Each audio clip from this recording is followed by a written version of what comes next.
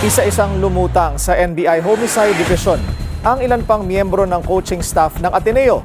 Bahagi pa rin ito ng investigasyon sa pagkalunod ng dalawang student athlete na sina Divine Adili at Rene Baterbonia.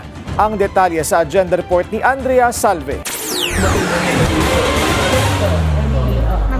Wala umanong alam si Ateneo de Manila University Athletics Director M. Fernandez sa team building activities sa Dipakulaw, Aurora na ikinasawi ng student athletes na sina Rene Baterbonia at Divine Adili.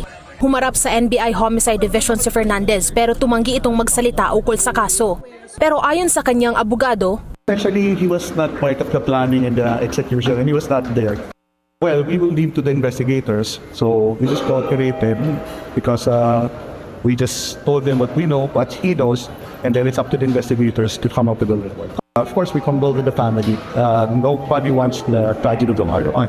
Bukod kay Fernandez, lumutang din sa NBI ngayong araw si AMBT Assistant Coach Louie Alas at ama ng blue chip recruit na si Kiefer Alas, isa sa mga napaulat na muntik na ring malunod sa nasabing team building. Personal ding nagsumite ng kanyang affidavit ang physical therapist na si John Eric Rueca. Isa siya sa 11 individual na inirekomendang kasuhan ng paglabag ng anti-hazing law ng CIDG. Para sa agenda, Andrea Salve, Billionaire News Channel. Tila pumambyo si DILG Secretary John Vic Remulla sa rekomendasyong isama bilang mga respondents ang student managers at ball boys sa Ateneo Varsity tragedy. Paglilinaw ni Remulla na isama lang sila dahil nasa lugar ng insidente pero posibleng wala naman silang alam sa aktibidad. Sa halip na akusado, ipinanukala ng kalihim na gawin na lamang silang mga testigo sa investigasyon.